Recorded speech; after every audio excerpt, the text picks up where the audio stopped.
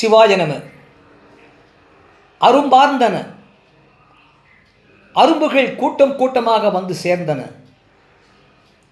மல்லிகை சண்பகம், மல்லிகை அரும்புகளும் சண்பகம் அரும்புகளும் கூட்டம் கூட்டமாக வந்து சேர்ந்தன. சாடி அடித்து வரப்பட்டு கூட்டம் கூட்டமாக வந்து சேர்ந்தன.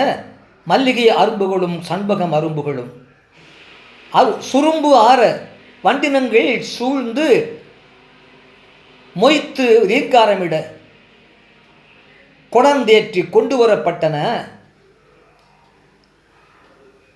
ஓர் பெண்ணை வடபால், தென்பெண்ணை ஆற்றின் வடகரையிலே, வடக்கு பகுதியிலே, வடகரையிலே கரும்பார் மொழி கண்ணியர், கரும்பு போல மொழி பேசுகின்ற, இனிமையாக பேசுகின்ற அழகிய கண்களை உடைய பெண்கள் ஆடுகின்ற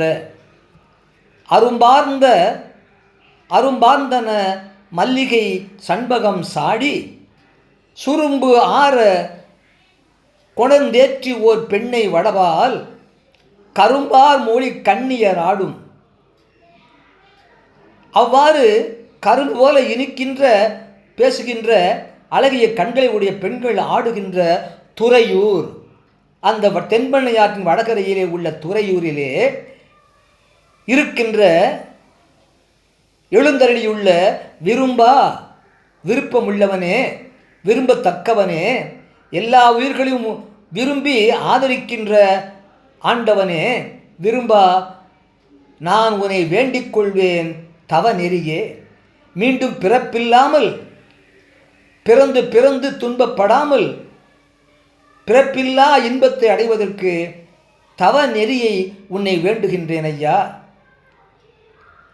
அரும்பார்ந்தன மல்லிகை சண்பகம் சாடி சுரும்பு ஆற கொணர்ந்தேற்றி ஓர் பெண்ணை வடபால் கரும்பார் மொழி கண்ணியர் ஆடும் துறையூர் உன்னை வேண்டிக் கொள்வேன் தவ நெறியே.